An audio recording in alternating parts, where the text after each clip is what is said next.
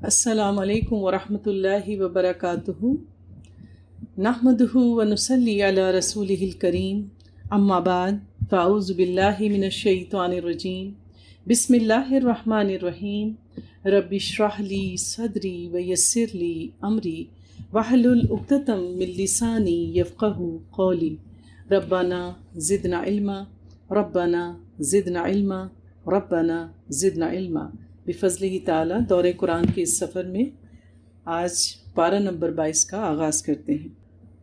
اعوذ باللہ من الشیطان الرجیم بسم اللہ الرحمن الرحیم ومن یقنت منکن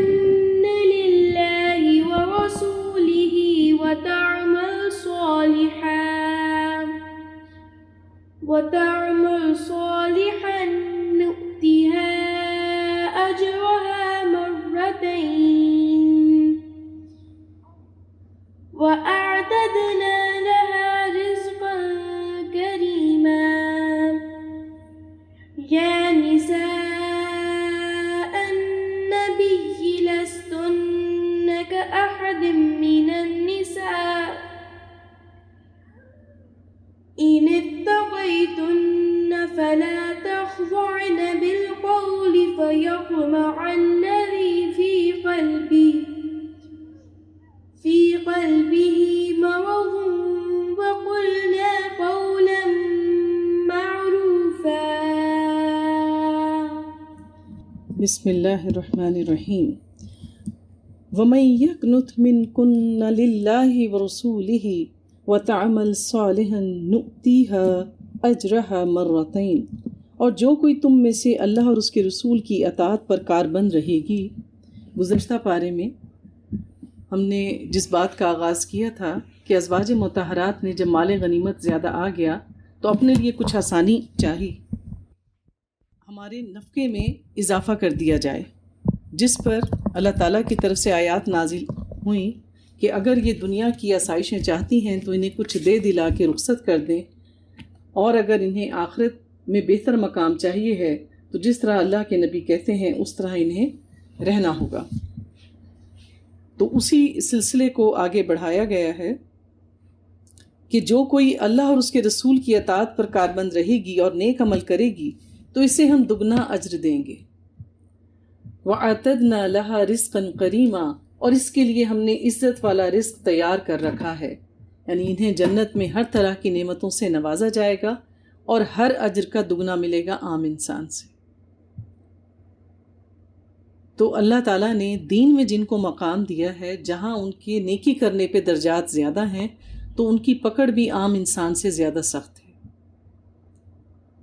جبکہ عام انسانوں کے لیے اللہ نے کیا کہا ہے کہ جتنا اللہ نے آپ کو دیا اس میں معروف طریقے سے استعمال کرو، اپنی دنیاوی زندگی کو بہتر بناؤ، اسراف سے کام نہ لو۔ جبکہ چونکہ انبیاء علیہ السلام کی جو ازواج تھیں یا ان کے اہل بیت تھے وہ لوگوں کے لیے ایک نمونہ ہوتے ہیں، ایک مثال ہوتے ہیں، تو اس لیے سختی کی گئی۔ پھر فرمایا آیت نمبر 32، یا نساء النبی لستن کاحد من النساء، بات واضح کر دی، اے نبی کی بیویوں تم عام عورتوں کی مانند نہیں ہو۔ عام عورتوں کے لیے اور نبی کی بیوی ہونے کی حیثیت سے تمہارے لیے احکامات کچھ سخت ہیں۔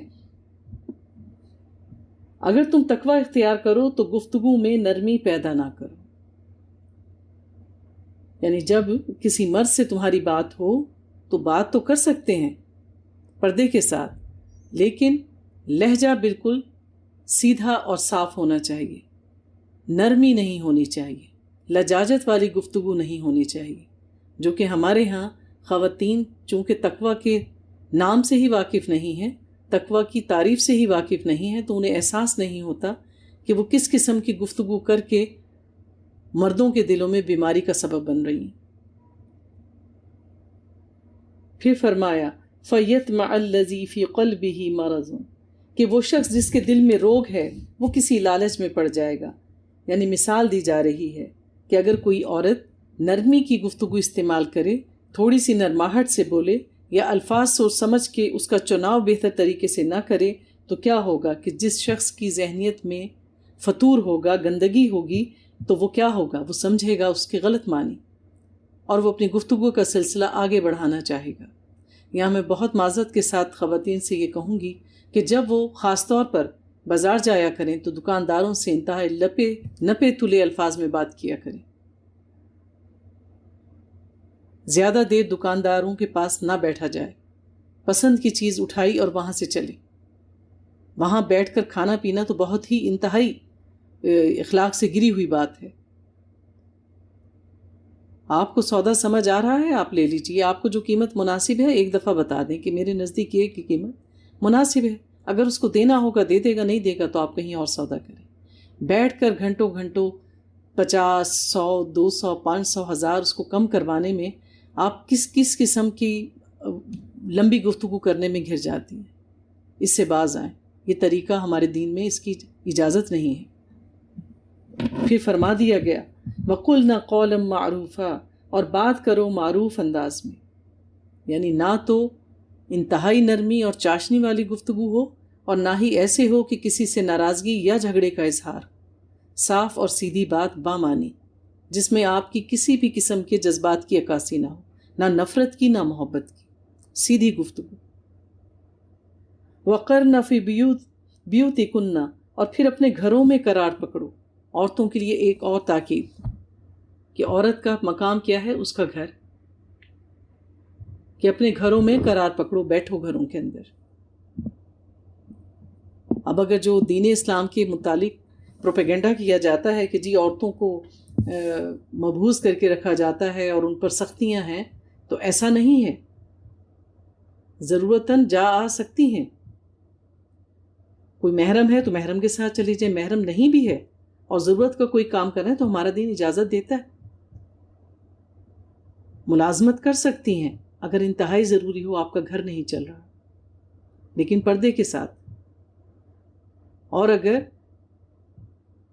یوں حالات ہوں کہ آپ کا گھر اچھے سے چل رہا ہے اور کوئی مشکل نہیں ہے، تو کیا ضرورت ہے؟ پھر کچھ پروفیشنز ایسے ہیں جس میں آپ نے پروفیشنل ڈگری لی ہے، تو پھر آپ یہ دیکھیے کہ گھر میں جو لوگ ہیں، آپ کے اگر چھوٹے بچے ہیں یا گھر میں بوڑھے ماں باپ ہیں یا ساس سسر ہیں، ان کو آپ کی زیادہ ضرورت ہے یا آپ کا باہر جا کے کمانا زیادہ ضروری ہے؟ آپ خود ایویلیویٹ کریں۔ اللہ تعالیٰ نے ہر انسان کے اندر مفتی رکھا ہے کہ میری ذمہ داری یا مجھ سے کس چیز کے بارے میں پوچھا جائے گا۔ یہ پوچھا جائے گا کہ تم نے بچوں کی تربیت ٹھیک کی، یا یہ کہ تم نے ان کو کما کر کھلایا یا نہیں کھلایا۔ ہاں، زندگی میں حالات ایسے ہو جاتے ہیں کہ بعض اوقات انسان کو اپنا حصہ ڈالنا پڑتا ہے گھر کے اخراجات کو پورا کرنے کے لیے، اس کی اجازت ہے۔ اللہ سب جانتا ہے کہ کون مجبوری میں جا رہا ہے اور کون بغیر مجبوری کے جا رہا ہے، لیکن عورت کا اصل ٹھکانہ کیا ہے؟ اس کا اپنا گھر۔ اور مت نکلو بن سنور کر پہلے دور جاہلیت کی طرح، کہ جیسے دور جاہلیت میں عورتیں بناؤ سنگھار کر کے، اور چونکہ دوپٹہ یا اوڑھنی ان کے بھی لباس کا حصہ تھی، اور وہ اس سے اپنے بکل نہیں مارا کرتی تھی، آگے سے نہیں ڈھکا کرتی تھی، تو کیا ہوتا تھا؟ ان کی جو بناؤ سنگھار تھا اس کی پوری نمائش ہوا کرتی تھی۔ اس سے منع کیا جا رہا ہے کہ تم مومن عورتیں ہو، تو لہٰذا اللہ تعالیٰ کے بنائے ہوئے اصولوں کی پاسداری کرو اور اپنی زیب و زینت کی نمائش نہ کرو دوسروں کے سامنے۔ وَأَقِمْنَا الصَّلَاةَ وَآتِينَا الزَّكَاةَ وَأَطِعْنَا اللَّهَ وَرَسُولَهُ، اور نماز قائم کرو اور زکوٰۃ ادا کرو، اور اللہ اور اس کے رسول کی اطاعت پر کاربند رہو۔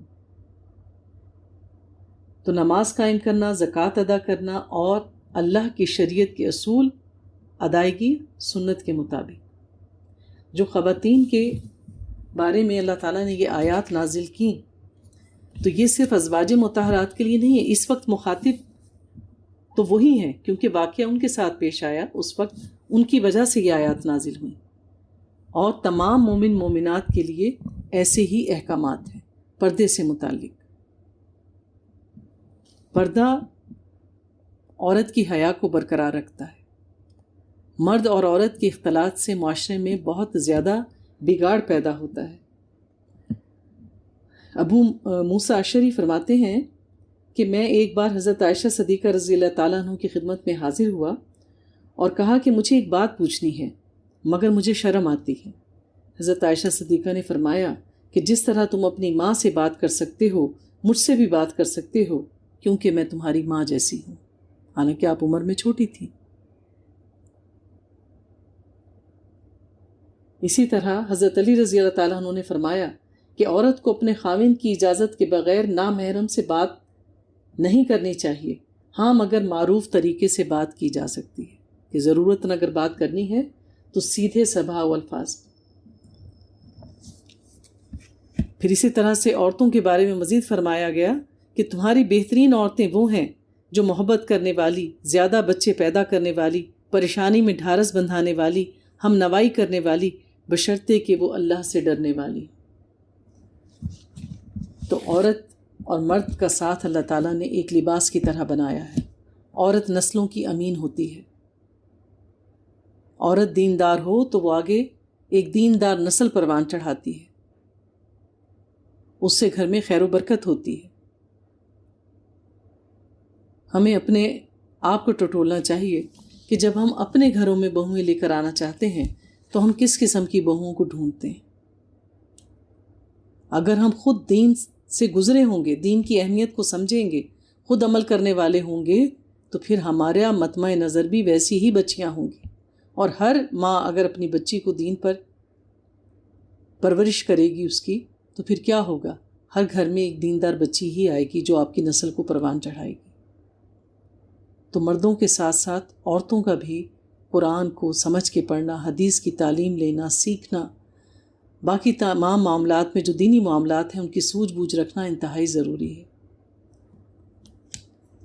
اللہ تعالیٰ فرماتے ہیں وَاذْكُرْنَ مَا يُتْلَى فِي بُيُوتِكُنَّ مِنْ آیَاتِ اللَّهِ وَالْحِکْمَةِ، اور یاد کیا کرو جو تمہارے گھروں میں اللہ کی آیات تلاوت کی جاتی ہیں، یہ ازواج مطہرات سے کہا جا رہا ہے، اور حکمت کی باتیں جو تمہیں سنائی جاتی ہیں، یعنی وہی تو تمہارے گھروں میں نازل ہوتی ہے، تو اس کو سنا کرو، اس کو سمجھا کرو، اس کی بابت سوال کیا کرو، یہ تعلیم ہے۔ اور ہم دیکھتے ہیں کہ ازواج مطہرات میں سب سے زیادہ حضرت عائشہ صدیقہ رضی اللہ تعالیٰ عنہ کو یہ شرف حاصل ہوا کہ آپ نے سب سے زیادہ احادیث جو ہیں یاد کی اور ان کو ہمارے لیے روایت کیا۔ ایک بہت بڑا خزانہ علم کا ہمیں ان کے توسط سے ملتا ہے۔ ان اللہ کان لطیفا خبیرا، یقیناً اللہ بہت باریک بین اور ہر چیز سے باخبر ہے۔ ان المسلمین والمسلمات والمومنین والمومنات، یقیناً مسلمان مرد اور مسلمان عورتیں، اور مومن مرد اور مومن عورتیں، اسی طرح والقانتین والقانتات والصادقین والصادقات، اور فرما بردار مرد اور فرما بردار عورتیں، راست باز مرد یعنی سچ بولنے والے مرد اور سچ بولنے والی عورتیں، والصابرین والصابرات والخاشعین والخاشعات، اور صبر کرنے والے مرد اور صبر کرنے والی عورتیں، خشوع کرنے والے مرد اور خشوع کرنے والی عورتیں، صدقہ دینے والے مرد اور صدقہ دینے والی عورتیں، روزہ رکھنے والے مرد اور روزہ رکھنے والی عورتیں، والحافظین فروجہم والحافظات، اور اپنی شرمگاہوں کی حفاظت کرنے والے مرد اور اپنی شرمگاہوں کی حفاظت کرنے والی عورتیں، اور کثرت سے اللہ کا ذکر کرنے والے مرد اور ذکر کرنے والی عورتیں۔ اعد اللہ لہم مغفرۃ واجرا عظیما، اللہ نے ان سب کے لیے مغفرت اور بہت بڑا اجر تیار کر رکھا ہے۔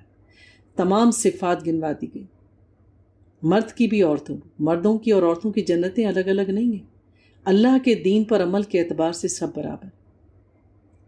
اور جب ہم اللہ کے پاس جائیں گے کوئی بھی یہ دلیل نہیں دے سکے گا کہ اللہ تعالیٰ تو نے مجھے کم درجہ دیا، ایسا نہیں دیا۔ اگر اللہ تعالیٰ نے مرد کو قوام بنایا ہے عورت پر،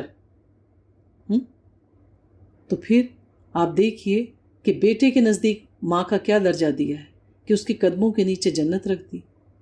کیا کمی کی؟ اگر ایک مرد کے وہ ماتحت ہے تو پھر ایک مرد وہ ہے جس کو آپ کی خدمت کر کے جنت ملتی ہے۔ اللہ نے کمی نہیں کی ہے۔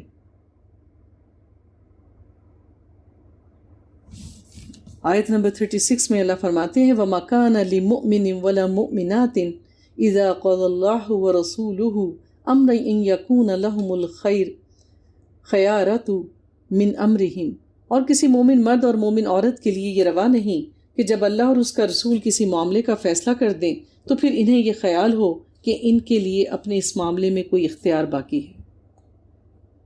تو کوئی بھی چاہے وہ مومن ہے یا مومنہ، اگر فیصلہ اللہ نے آیات کے ذریعے کر دیا یا اللہ کے رسول کے سامنے کوئی معاملہ پیش ہوا اور وہ اس کے بابت فیصلہ فرما دیں تو پھر وہ من و ان تسلیم کرنا ہوگا، پھر اس میں کوئی کمی نہیں۔ دراصل اس آیت کی شان نزول یہ ہے کہ جب نبی پاک صلی اللہ علیہ وآلہ وسلم نے حضرت زید بن حارثہ، جن کو آپ منہ بولا بیٹا کہا کرتے تھے، جب یہ حرمت ابھی نہیں آئی تھی تو آپ نے حضرت زینب بنت جہش، جو بعد میں آپ کی زوجہ ہوئیں اور آپ کی پھوپھی ذات تھیں، تو آپ نے ان کے نکاح کا پیغام بھیجا، یعنی اپنے منہ بولے بیٹے کے لیے اپنی پھوپھی کی بیٹی کا رشتہ مانگا۔ تو ان کے بھائی جو عبداللہ تھے انہوں نے اس رشتے کو ماننے سے انکار کر دیا۔ پھر یہ آیات نازل ہوئیں، اور جو کوئی اللہ اور اس کے رسول کی نافرمانی کرے تو وہ سرہی گمراہی میں پڑ گیا۔ تو حضرت زید بن حارثہ جو ہیں ان کا پہلا نکاح حضرت زینب سے ہوا، اور پھر جب ان کی جو ازدواجی زندگی تھی اس میں بگاڑ آنے لگا، کیونکہ آپ ذہنی طور پر اور دلی طور پر ان کو وہ مقام نہیں دے پا رہی تھیں جو ایک خامند کا ہوتا ہے۔ اور یہ بات آ کے حضرت زید بن حارثہ نے نبی پاک صلی اللہ علیہ وآلہ وسلم سے کہی، اور یوں ان کی طلاق ہوئی، اور اللہ تعالیٰ کے اذن سے پھر آسمانوں پر آپ کا اور حضرت زینب کا نکاح کیا گیا۔ وَإِذْ تَقُولُ لِلَّذِي أَنْعَمَ اللَّهُ عَلَيْهِ وَأَنْعَمْتَ عَلَيْهِ أَمْسِكْ عَلَيْكَ وَزَوْجَكَ وَاتَّقِ اللَّهَ، اور اے نبی صلی اللہ علیہ وسلم، جب آپ کہتے تھے کہ اس شخص سے جس پر اللہ نے بھی انعام کیا تھا اور آپ نے بھی انعام کیا تھا کہ اپنی بیوی کو اپنے پاس روکے رکھو اور اللہ سے ڈرو، تو کون سا شخص جس پر اللہ نے انعام کیا اور آپ نے بھی انعام کیا؟ اس سے مراد زید بن حارثہ ہی ہیں کہ اللہ تعالیٰ نے کیا انعام کیا تھا کہ ان کو زمانے سے نکال کر نبی پاک کے پاس لے آئے، اور اللہ کے نبی نے کیا انعام کیا تھا کہ ان کے پاس رکھا، ان کو منہ بولا بیٹا بنایا، پھر ان کی شادی کے لیے کوشش کی۔ دراصل حضرت زید بن حارثہ کا تعلق ایک اچھے خاندان سے تھا، آپ قبیلہ کلب سے تعلق رکھتے تھے۔ آپ کی عمر تقریباً 8 سال کی تھی کہ آپ اپنی والدہ کے ساتھ ننیال گئے۔ آپ رستے میں سفر میں تھے کہ دشمن قبیلے کے لوگوں نے آپ پر حملہ کر دیا، اور لوٹ مار کے ساتھ جن آدمیوں کو لے کر گئے ان میں آپ بھی شامل تھے۔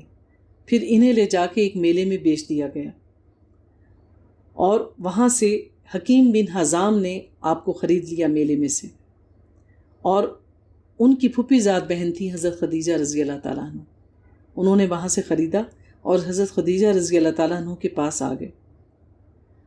یوں وہ شادی سے پہلے ہی حضرت خدیجہ کے پاس تھے۔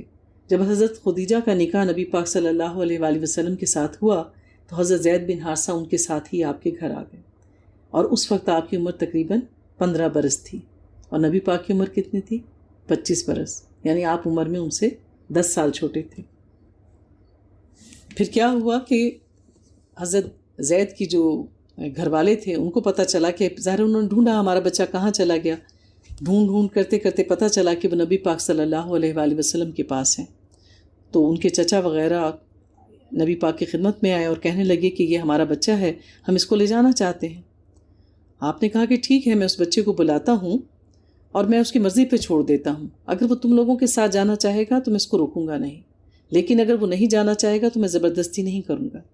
آپ کو بلایا گیا اور آپ سے پوچھا گیا، تو انہوں نے کہا کہ آپ نے پوچھا کہ اے زید، آپ ان کو پہچانتے ہو کہ یہ کون ہے؟ انہوں نے کہا ہاں، ایک میرے والد ہیں اور ایک میرے چچا ہیں۔ آپ نے فرمایا کہ اچھا، تمہیں پوری آزادی ہے، اگر تم ان کے ساتھ جانا چاہتے ہو تو چلے جاؤ، اگر میرے ساتھ رہنا چاہتے ہو تو رہ لو۔ تو آپ نے جواب دیا کہ میں آپ کو چھوڑ کر کسی کے پاس جانا نہیں چاہتا۔ آپ کے باپ اور چچا نے، یعنی والد نے اور آپ کے چچا نے بہت اصرار کیا، تو آپ نے کہا کہ نہیں، میں ان کے ساتھ ہی رہوں گا۔ پھر نبی پاک صلی اللہ علیہ وآلہ وسلم نے انہیں اسی وقت آزاد کر دیا، اور پورے مجمع میں قریش کے جا کے اعلان کیا کہ آج سے زید میرا بیٹا ہے، اور اس دن سے آپ کو پھر زید بن محمد پکارا جانے لگا، اس وقت تک جب تک اللہ تعالیٰ نے، ہم نے پچھلے اسباق میں یہ آیات پڑھی کہ منہ بولا بیٹا دراصل اصل بیٹا نہیں ہو سکتا۔ اس وقت تک آپ کو زید بن محمد ہی کہا جاتا تھا۔ تو جب اللہ تعالیٰ نے یہ آیات نازل کر دیں تو پھر آپ کو دوبارہ سے زید بن حارثہ کہنے لگے۔ اللہ تعالیٰ فرماتے ہیں اور آپ اپنے دل میں چھپائے ہوئے تھے وہ بات جسے اللہ ظاہر کرنے والا تھا۔ اب یہ اللہ کی طرف سے فیصلہ ہو چکا تھا کہ نکاح ان سے ہو جائے گا، ان کی طلاق ہوگی، اور پھر نبی پاک صلی اللہ علیہ وآلہ وسلم کو ان سے نکاح کرنا ہوگا۔ آپ اس خدشے میں کہ اگر ان کا گھر نہ بسا تو پھر مجھے نکاح کرنا پڑے گا، اور آپ کو یہ بات اچھی محسوس نہیں ہو رہی تھی، کیونکہ ظاہر ہے آپ اسی کلچر میں، اسی معاشرے میں رہ رہے تھے جہاں پہ منہ بولے بیٹے کو سگے بیٹوں کا درجہ دیا جاتا تھا۔ اہل عرب ان کو اپنی جائیداد میں حصہ دیتے تھے کہ میں کس طریقے سے ان کے سامنے جاؤں گا۔ تو اللہ تعالیٰ نے فرمایا آپ لوگوں سے ڈر رہے تھے، حالانکہ اللہ کا زیادہ حق ہے کہ آپ اس سے ڈریں۔ فَلَمَّا قَضَى زَيْدٌ مِّنْهَا وَطَرًا زَوَّجْنَاكَهَا، پھر جب زید نے اس سے اپنا تعلق منقطع کر لیا تو اسے ہم نے آپ کی زوجیت میں دے دیا، یعنی پھر اللہ کے اذن سے ان کی طلاق ہو گئی، اور اللہ تعالیٰ نے اعلان فرما دیا وحی کے ذریعے کہ آپ کا نکاح جو ہے وہ زینب بنت جحش سے کر دیا گیا، ان کی طلاق ہو گئی، آپ کی عدت کی عمر پوری ہوئی۔ تو پھر نبی پاک صلی اللہ علیہ وآلہ وسلم سے یہ کہا گیا کہ آپ ان کے گھر تشریف لے جائیں، اور نکاح آپ کا آسمانوں پر پڑھا دیا گیا ہے۔ حضرت زینب بنت جحش کو یہ یقیناً بہت بڑا اعزاز حاصل ہوا تھا، اور وہ ان باتوں پر بہت فخر بھی کیا کرتی تھیں کہ تمہارا نکاح باقی جو ازواج ہیں کہ ان کا تو زمین پہ پڑھایا گیا، اور میرا نکاح تو خود اللہ نے پڑھوایا ہے آسمانوں پر، تاکہ مومنوں کے لیے ان کے منہ بولے بیٹوں کی بیویوں کے بارے میں کوئی تنگی نہ رہے، جبکہ وہ ان کے پاس سے اپنا تعلق بالکل کاٹ لیں۔ یعنی وہ عرب معاشرے کی اس روایت کو ختم کیا گیا کہ منہ بولا جو بیٹا ہوتا ہے وہ سگا بیٹا نہیں ہوتا، اور اگر اس کی کوئی بیوہ ہو یا اس کی کوئی مطلقہ ہو تو اس سے شادی کی جا سکتی ہے۔ وَكَانَ أَمْرُ اللَّهِ مَفْعُولًا، اور اللہ کا فیصلہ تو پورا ہو کر ہی رہنے والا ہے۔ آیت نمبر 40 میں اللہ نے فرمایا مَا كَانَ مُحَمَّدٌ أَبَا أَحَدٍ مِّن رِجَالِكُمْ، دیکھو محمد صلی اللہ علیہ وسلم تمہارے مردوں میں سے کسی کے باپ نہیں۔ اللہ تعالیٰ نے نبی پاک صلی اللہ علیہ وآلہ وسلم کو بیٹے تو عطا کیے، اولاد نرینہ تو آپ کو دی تھی، لیکن وہ سب کے سب بچپن میں ہی فوت ہو گئے۔ تو اس لیے کیا کہا کہ میں نے کسی مرد کو آپ کا بیٹا نہیں بنایا، آپ کسی مرد کے باپ نہیں ہیں، اس لیے آپ کسی کو اپنی کنیت نہیں دے سکتے۔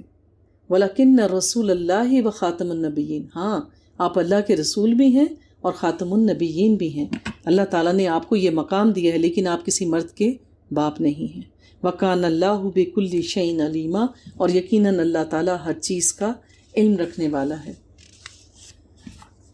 آیت نمبر 41 میں یا ایھا الذین آمنوا اذکروا اللہ وذکرا کثیرا، آمنوا اذکروا اللہ ذکرا کثیرا، اے اہل ایمان اللہ کا ذکر کیا کرو کثرت کے ساتھ۔ اللہ کا ذکر، اللہ کا ذکر، صبح شام اللہ کا ذکر، قیام اور سجود ہر جگہ اللہ کا ذکر کیوں کہا جا رہا ہے؟ کیونکہ ہم اللہ کے بندے ہیں، ہم اللہ کو یاد رکھیں گے، اللہ ہمیں یاد رکھے گا،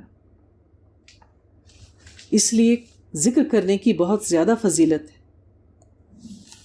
اور پھر قرآن جو ہے، اور ہم نے دیکھا کہ 21ویں پارے کے آغاز میں اللہ تعالیٰ نے کہہ دیا اُتْلُو مَا أُوحِیَ إِلَیْکَ مِنَ الْکِتَابِ وَأَقِمِ الصَّلَاةَ إِنَّ الصَّلَاةَ تَنْہَىٰ عَنِ الْفَحْشَاءِ وَالْمُنکَرِ وَلَذِکْرُ اللہِ أَکْبَرُ وَاللَّهُ یَعْلَمُ مَا تَصْنَعُونَ، کہ تلاوت کرتے رہا کریں جو کوئی وحی کی گئی کتاب میں سے، اور نماز قائم کریں، یقیناً نماز روکتی ہے بے حیائی سے اور برے کاموں سے، اور اللہ کا ذکر سب سے بڑی چیز ہے، اور اللہ سب جانتا ہے جو کچھ تم کر رہے ہو۔ تو اللہ کا ذکر ہر حال میں کرنا ہے۔ تو اللہ کے ذکر سے کیا ہوتا ہے؟ اللہ کے ذکر سے آپ کی روح زندہ رہتی ہے، انسان کو سکون نصیب ہوتا ہے، اللہ کا قرب نصیب ہوتا ہے۔ حضرت ابن عباس فرماتے ہیں کہ کوئی بھی آدمی اللہ کے ذکر سے عذر نہ پائے گا الا یہ کہ وہ ذہنی طور پر مجذوب ہو، یعنی کوئی نہیں کہہ سکے گا کہ اللہ میں تیرا ذکر نہیں کر سکا، کوئی وجہ ہی نہیں ہے، الا یہ کہ وہ پاگل ہو، لیٹے ہیں، بیٹھے ہیں، بیمار ہیں، کچھ بھی ہو. اس لیے بار بار تاکید کی گئی ہے. اور مختلف قسم کے اذکار ہمیں نبی پاک صلی اللہ علیہ وآلہ وسلم کی سنت سے پتہ چلتے ہیں. اسی طرح سبحان اللہ و بحمدہ، سبحان اللہ العظیم، یہ وہ 2 کلمات ہیں جو زبان پر ہلکے ہیں اور میزان پر بھاری، اور اللہ تعالیٰ کو بہت زیادہ محبوب ہے. جو دل سے اخلاص کے ساتھ ایک دفعہ کہے سبحان اللہ و بحمدہ، سبحان اللہ العظیم، یہ اس کے میزان کو بھر دیتے ہیں. انسان کے نیکیوں کا پلڑا بھاری ہو جاتا ہے. ابو ہریرہ کہتے ہیں کہ نبی پاک صلی اللہ علیہ وآلہ وسلم نے فرمایا کہ سبحان اللہ والحمد للہ ولا الہ الا اللہ واللہ اکبر، یہ پڑھنا مجھے ہر اس چیز سے زیادہ محبوب ہے جس پر سورج طلوع ہوتا ہے. اللہ تعالیٰ کا ذکر کرنا، اللہ تعالیٰ کی ثنا بیان کرنا اللہ تعالیٰ کو بہت محبوب ہے، اور اس سے انسان کے درجے بہت زیادہ بلند ہوتے ہیں. تو اس لیے ہمیں تاکید کی گئی وَسَبِّحُ بُكْرَةً وَأَصِيلًا، اور صبح و شام اللہ کی تسبیح بیان کرتے رہا کرو. تو صبح شام کے اذکار لازم پکڑ لیں. اس سے انسان جہاں اللہ کا قرب حاصل کرتا ہے وہاں شیطان کے اثرات اور چال سے اور مختلف قسم کے اثرات سے محفوظ رہتا ہے. آیت نمبر 49، یا ایہا الذین آمنوا اذا نکحتم المؤمنات ثم طلقتموہن من قبل ان تمسوہن، اے اہل ایمان جب تم مومن خواتین سے نکاح کرو پھر انہیں طلاق دے دو قبل اس کے کہ انہیں چھوؤ، تو تمہاری طرف سے ان پر کوئی عدت لازم نہیں ہے جس کی تم انہیں گنتی پوری کراؤ. اب اگر کسی کا نکاح ہو گیا، رخصتی ابھی نہیں ہوئی، اور کسی وجہ سے طلاق دینا پڑ جائے تو پھر اس عورت کو عدت کرنا ضروری نہیں، کیونکہ عدت کرنے کے پیچھے حکمت یہ ہے کہ پتہ چل جائے کہ کوئی عورت پریگننٹ ہے یا نہیں ہے. اس لیے 3 طہر، 3 پریگننسی، 3 پیریڈز جو ہیں اس کو گزارنا ضروری ہے. جب رخصتی ہی نہیں ہوئی، کسی قسم کا کوئی تعلق ہی قائم نہیں ہوا، تو پھر عدت کے معنی ختم ہو جاتے ہیں. تو اس صورت میں عدت نہیں کرنی ہوگی. یا ایہا النبی انا احللنا لک ازواجک التی آتیت اجورہن، اے نبی صلی اللہ علیہ وآلہ وسلم، ہم نے آپ کے لیے حلال ٹھہرایا ہے آپ کی ان تمام ازواج کو جن کے مہر آپ نے ادا کر دیے.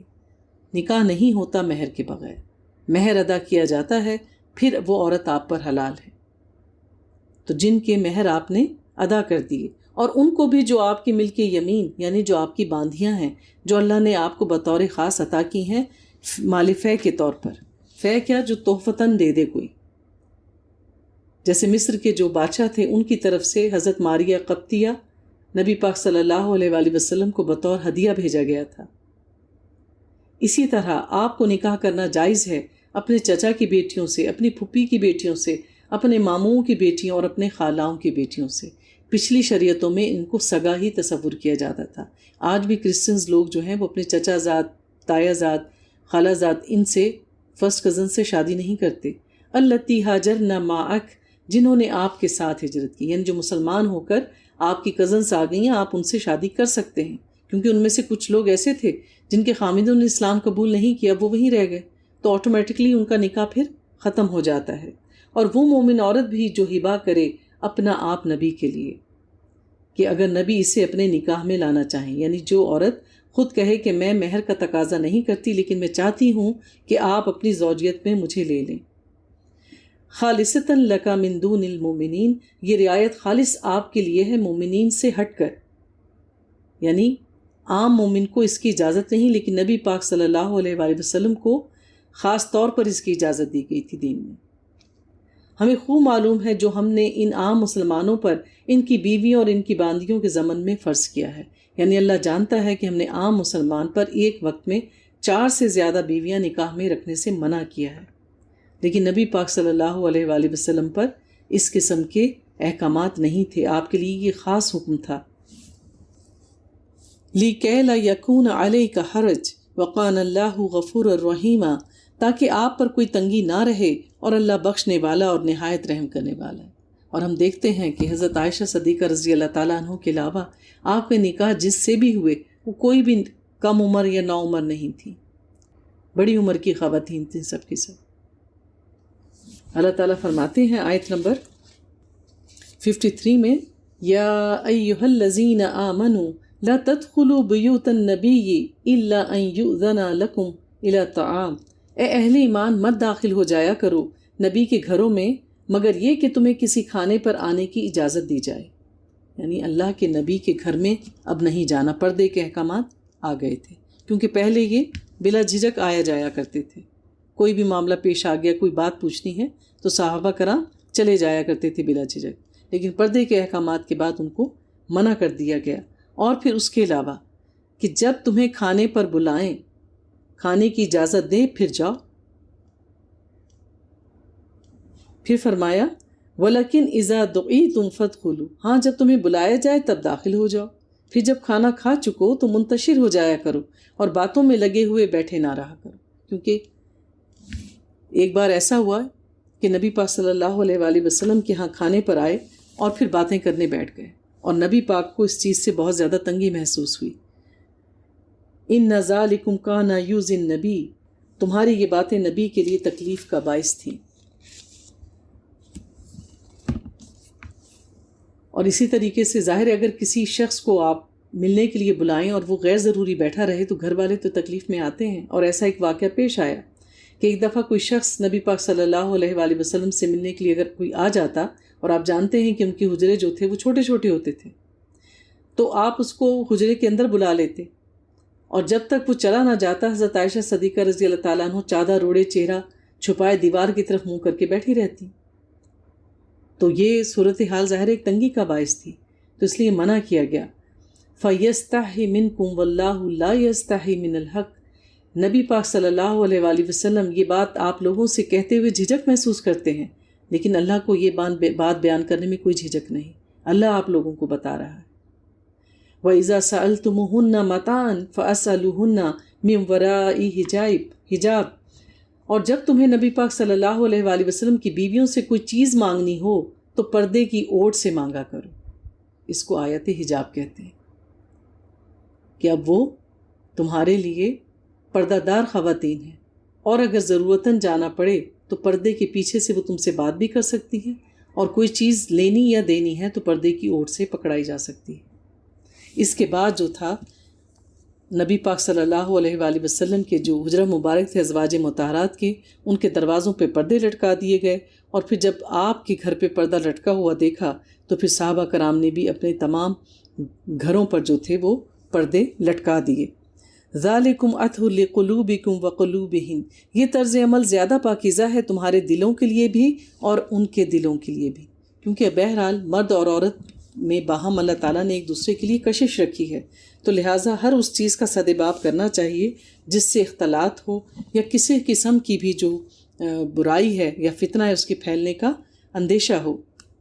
وَمَا كَانَ لَكُمْ أَن تُؤْذُوا رسول اللہ، اور تمہارے لیے جائز نہیں کہ تم اللہ کے رسول کو ایذا پہنچاؤ، تکلیف دو اپنے کسی بھی عمل سے. تو لہٰذا ان تمام باتوں کی پیش بندی کی گئی جس سے نبی پاک صلی اللہ علیہ وآلہ وسلم کے لیے تکلیف ہو یا کسی بھی مومن کے لیے تکلیف ہو. وَلَا أَن تَنكِحُوا أَزْوَاجَهُ مِن بَعْدِهِ أَبَدًا، اور یہ جائز نہیں کہ تم نکاح کرو آپ کی بیویوں سے آپ کے بعد کبھی بھی، کیونکہ وہ تو ازواج مطہرات ہیں، ام المومنین ہیں. نبی پاک صلی اللہ علیہ وآلہ وسلم کی ازواج کیا ہیں؟ تمام مومنین کی مائیں ہیں، کہ نبی پاک کے اس دنیا سے جانے کے بعد بھی تم ان سے نکاح نہیں کر سکتے. تو یہاں پہ ازواج مطہرات کا جو خصوصی اللہ تعالیٰ نے مقام اور تقدس دیا ہے اس کا ذکر کیا گیا ہے کہ ازواجہ امہاتہم، کہ ان کی بیویاں تمہاری مائیں ہیں. ان ذالکم کان عند اللہ عظیما، یقیناً اللہ کے نزدیک یہ بات بہت ہی بڑی ہے. تو لہٰذا اس سے پہلے کہ کوئی فتنہ پھیلے اللہ رب العزت نے اس کا سدباب کیا. اللہ تعالیٰ فرماتے ہیں کہ خواہ تم کسی چیز کو ظاہر کرو یا چھپاؤ، اللہ یقیناً ہر چیز کا علم رکھنے والا ہے. لا جناح علیہن فی آبائہن، کوئی حرج نہیں ان ازواج نبی پر، یعنی نبی پاک کے ازواج پر اس بات میں کوئی حرج نہیں کہ وہ اپنے باپوں کے سامنے آئیں یا ان کے والدین ان کے گھر آئیں. جیسے حضرت بکر صدیق حضرت عائشہ سے ملنے کے لیے آئیں، کوئی حرج نہیں، کیونکہ وہ تو ان کے والد ہیں، محرم ہیں، اور نہ کوئی حرج ہے ان کے بیٹوں کے بارے میں اور نہ ان کے بھائیوں کے بارے میں، اور نہ کوئی حرج ہے ان کے بھائی کے بیٹوں کے بارے میں اور نہ ان کی بہنوں کے بیٹوں کے بارے میں۔ یعنی اب بتایا جا رہا ہے کہ پردہ کس کس سے کرنا ضروری ہے اور کس سے نہیں۔ یعنی پہلے محرم کی گنتی بتائی جا رہی کہ کون کون سے لوگ محرم ہیں جس سے آپ پردے سے مستثنیٰ ہیں، آپ کے والد، آپ کے بھائی، آپ کے بیٹے پہلے خامدوں کے، اسی طرح بھائیوں کے بچے، بہنوں کے بیٹے، بھانجے اور بھتیجے، اسی طرح جان پہچان کی عورتوں کے بارے میں، اور وہ جن کے ملک یمین ہیں، یعنی وہ جو قریبی خواتین ہوتی ہیں جن سے آپ کی اچھی انڈرسٹینڈنگ ہے، جن کے بارے میں آپ کی ایک اچھی رائے ہے، تو ان سے بھی آپ کا پردہ نہیں ہے۔ اور پھر وہ آپ کی جو لونیاں ہیں جن کے آپ ملک یمین میں ہیں جو آپ کے، تو ان سے بھی پردہ نہیں ہے۔ اور اجنبی عورتوں سے کیا کہا ہے کہ ان کے سامنے بغیر چادر کے، بغیر دوپٹے کے یا کوئی ایسا لباس ہو جس سے آپ کا کوئی حصہ دکھائی دے رہا ہو، ہرگز نہیں آنا چاہیے۔ اجنبی عورتوں سے بھی مطلب حجاب کرنا چاہیے، پردہ کرنا چاہیے ایک حد تک۔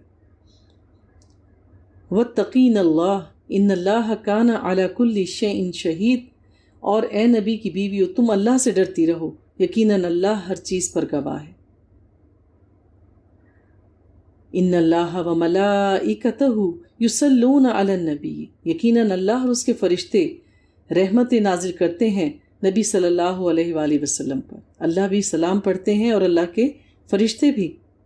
یا ایہا الذین آمنوا صلوا علیہ وسلموا تسلیما، اہل ایمان تم بھی ان پر اللہ تعالیٰ کی رحمت نازل کرو اور سلام بھیجو، یعنی نبی پاک صلی اللہ علیہ وآلہ وسلم پر درود بھیجا کرو۔ اللہ اور اس کے فرشتے بھی نبی پر درود بھیجتے ہیں۔ تو یہ آیت بڑی فضیلت والی آیت ہے۔ تو درود شریف ہر کیفیت اور ہر حالت میں پڑھا جا سکتا ہے۔ جس کہتے ہیں درود شریف ٹھنڈا ہے، اگر کسی کو غصہ آئے تو پھر کیا ہے، اس کو چاہیے کہ درود شریف پڑھے۔ ایک شخص نے بغیر حمد و ثنا اور بغیر درود پڑھے اپنی نماز میں دعا کی، تو نبی پاک صلی اللہ علیہ وآلہ وسلم نے فرمایا کہ اس نے بہت جلدی کی۔ پھر اس کو بلا کر فرمایا کہ تم میں سے کوئی نماز پڑھے تو پہلے اللہ کی تعریف بیان کرے، پھر درود پڑھے، پھر جو چاہے دعا مانگے۔ پھر کیا کہا، ابن ماجہ سے روایت ہے کہ جس کا وضو نہیں اس کی نماز نہیں، اور جو وضو میں بسم اللہ نہ کہے اس کا وضو بھی نہیں، اور جو نبی پر درود نہ پڑھے اس کی نماز نہیں، جو درود ہم اتحیات میں پڑھتے ہیں۔ حضرت علی فرماتے ہیں کہ ہر دعا روک لی جاتی ہے جب نبی پاک پر درود بھیجا جائے، کیونکہ ہر دعا اوپر چڑھ رہی ہوتی ہے، لیکن جب کوئی درود پڑھے نبی پاک صلی اللہ علیہ وسلم پر تو وہ دعا روک لی جاتی ہے، پہلے درود کو اوپر بھیجا جاتا ہے۔ ہر وہ درود جو ہم نبی پاک صلی اللہ علیہ وآلہ وسلم پر پڑھتے ہیں وہ سب کا سب ان کے حضور پیش کیا جاتا ہے۔ نبی پاک نے فرمایا کہ جو اخلاص دل سے مجھ پر درود بھیجے گا، اللہ اس پر 10 رحمتیں نازل کرے گا، اس کے 10 گناہ معاف کر دیے جائیں گے اور اس کے 10 درجے بلند کر دیے جائیں گے۔ اور جمعے کے دن تو کثرت سے نبی پاک صلی اللہ علیہ وآلہ وسلم پر درود بھیجنا چاہیے، اس کی بہت زیادہ فضیلت ہے اور یہ درود آپ پر پیش کیا جاتا ہے۔ آیت نمبر 59 میں یا ایہا النبی قل لازواجک وبناتک ونساء المؤمنین، اے نبی اپنی بیویوں، اپنی بیٹیوں اور اہل ایمان خواتین سے کہہ دیں، کیا کہہ دیں، یدنین علیہن من جلبابہن، اور اپنے اوپر اپنی چادروں کا ایک حصہ لٹکا لیا کریں۔ پچھلی آیات میں کیا تھا کہ اپنی اوڑھنیوں کے بکل مار لیا کریں، اپنی چادروں سے اپنے سینوں کو ڈھانپ کے رکھا کریں، ٹھیک ہے، تاکہ زینت ظاہر نہ ہو۔ یہاں پر کیا ہے کہ یدنینا،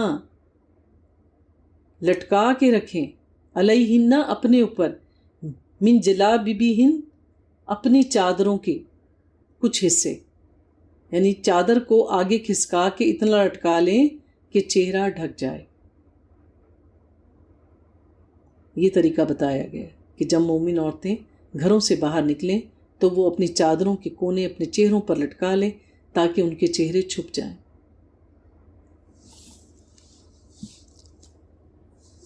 پھر فرمایا یہ اس سے نزدیک تر ہے کہ وہ پہچان لی جائیں کہ وہ انہیں کوئی ایذا نہ پہنچائی جائے، یعنی یہ اس لیے ہے کہ جب یہ پردہ دار ہو کے گھروں سے نکلیں تو لوگ ان کو پہچان لیں کہ یہ مومن عورتیں ہیں اور وہ تنگ نہ کی جائیں۔ اب آپ دیکھیے کہ اگر آپ کا ظاہری حال حلیہ غیر مسلم خواتین کے جیسا ہو، آپ کا لباس ویسا ہو، تو پھر آپ میں اور ان میں کیا فرق ہے؟ آپ دیکھیے کہ پردے میں نہ ہونے کی وجہ سے، مرد و عورت کا اختلاط زیادہ ہونے کی وجہ سے کیا ہو رہا ہے۔ آئے دن ہم کون کون سے واقعات سن رہے اور پڑھ رہے ہوتے ہیں۔ اس کی نوبت کیوں آتی ہے؟ بے پردگی کی وجہ سے۔ وہ حجاب، وہ آڑ، وہ ڈسٹنس جو اللہ تعالیٰ نے مرد و عورت کے بیچ پہ رکھا ہے، جب وہ ڈسٹنس آپ برقرار نہیں رکھتے، ملنے کا، گفتگو کرنے کا، اور اس طرح کے لباس پہنتے ہیں جو دوسروں کے لیے اٹریکشن بنے، تو پھر یہی باتیں ہوتی ہیں۔ تو جہاں اللہ تعالیٰ نے حکم دے دیا اسی میں انسان کی بہتری ہے۔ تو جب اللہ نے حکم دے دیا تو سمعنا و اطعنا۔ لوگ بار بار یہ سوال کرتے ہیں کیا چہرے کا پردہ ضروری ہے؟ بہت ضروری ہے۔ عورت کو کیا کہا گیا کہ زینت کو چھپاؤ۔ چہرہ وہ حصہ ہے جس پہ عورت سب سے زیادہ زیب و زینت کرتی ہے اور اس کا خیال رکھتی ہے، اور چہرے میں ظاہر ہے کہ ایک کشش ہے عورت کی، تو اس کو چھپانے کا تو سب سے پہلے حکم آئے گا۔ وَكَانَ اللَّهُ غَفُورًا رَحِيمًا، اور اللہ بہت بخشنے والا اور نہایت رحم کرنے والا ہے۔ اللہ کے تمام احکامات جو ہیں وہ حکمت کے ساتھ ہیں۔ آیت نمبر 69، یا ایہا الذین آمنوا لا تکونوا کالذی اذوا موسیٰ، اے اہل ایمان تم ان لوگوں کی طرح نہ ہو جانا جنہوں نے موسیٰ کو اذیت دی تھی، تو اللہ نے اس کو بری ثابت کر دیا اور اس بات سے جو انہوں نے کہی تھی، اور وہ اللہ کے نزدیک بڑے مرتبے والے تھے۔ موسیٰ علیہ السلام دراصل بہت زیادہ شرم و حیا والے تھے۔ ان کے دور میں مرد جب غسل کیا کرتے تھے تو پردے کا اہتمام اتنا نہیں کیا کرتے تھے، جبکہ آپ غسل کرتے تو آپ کی کوشش ہوتی تھی کہ آپ لوگوں سے اپنے ستر کو چھپائیں۔ آپ کی یہ کیفیت دیکھ کے انہوں نے آپ کا مذاق اڑانا شروع کر دیا کہ نعوذ باللہ آپ کے جسم کے اندر کوئی جسمانی کمزوری ہے۔ تو اس لیے ہمیں حکم دیا گیا کہ ایسی اذیتیں، ایسی باتیں نہ کہنا جیسی باتیں کر کے موسیٰ کی قوم نے ان کو اذیت دی تھی۔ پھر فرمایا یا ایہا الذین آمنوا اتقوا اللہ وقولوا قولا سدیدا، اے اہل ایمان اللہ کا تقوی اختیار کرو اور بات سیدھی کیا کرو۔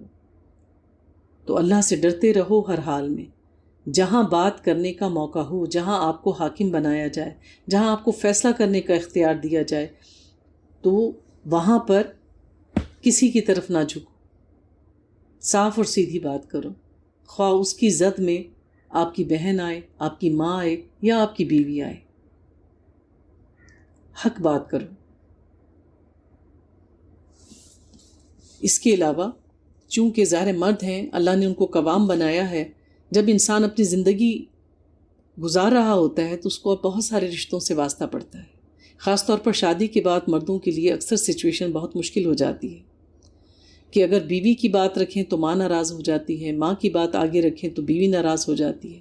تو انتہائی بصیرت اور سمجھداری کے ساتھ جو ہے ان تمام معاملات کو لے کے چلنا پڑتا ہے۔ تو کیا کہا گیا کہ نہ ماں کی محبت اتنی غالب آ جائے کہ آپ بیوی کے حقوق کی حق تلفی کریں، اور نہ بیوی کی محبت میں اتنے جھک جائیں کہ ماں کو نظر انداز کر دیں، اس کے رتبے کو بھول دیں۔ یہ ان کے لیے خاص تاکید کی گئی ہے۔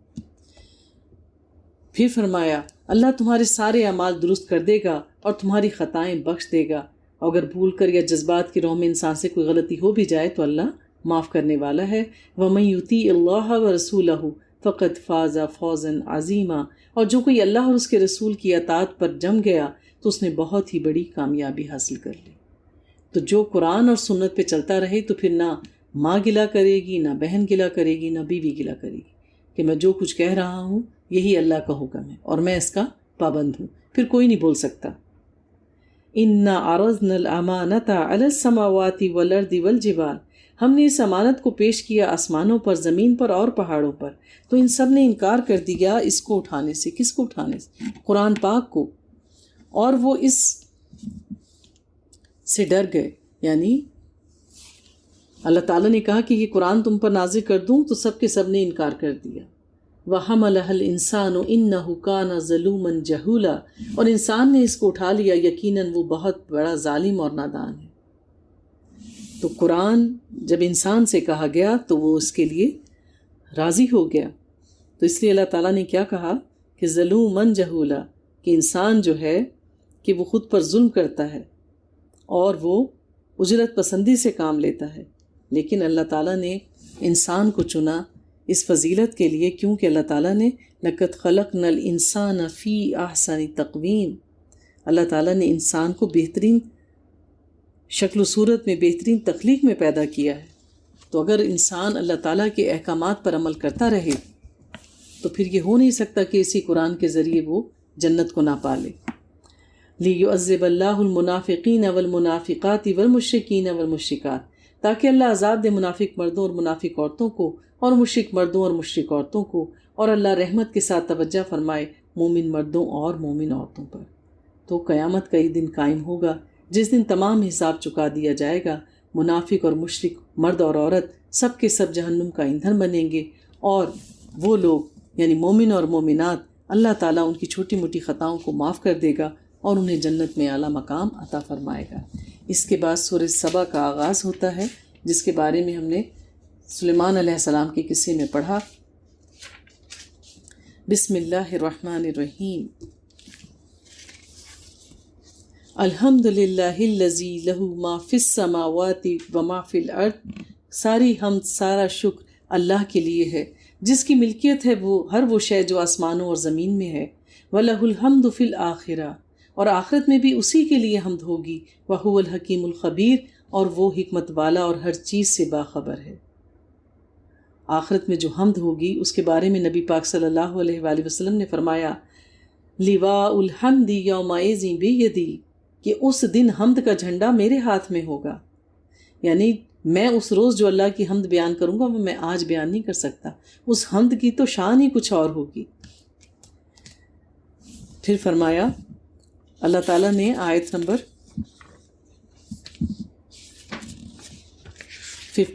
10 میں وَلَقَدْ آتَيْنَا دَاوُودَ مِنَّا فَضْلًا، ہم نے داؤد کو اپنی طرف سے خاص فضل عطا کیا. کیا دیا تھا؟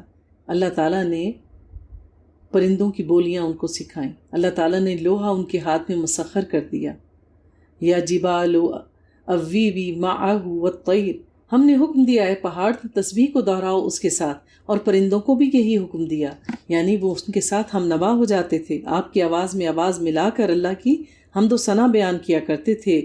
وَآلَنَّا لَهُ الْحَدِيدَ، اور ہم نے اس کے لیے لوہے کو نرم کر دیا کہ کشادہ زرہیں بناؤ اور کڑیاں ملانے میں ٹھیک ٹھیک اندازہ رکھو. یعنی زرہ بنانے کی صنعت اللہ تعالیٰ نے وحی کے ذریعے آپ کو سکھائی.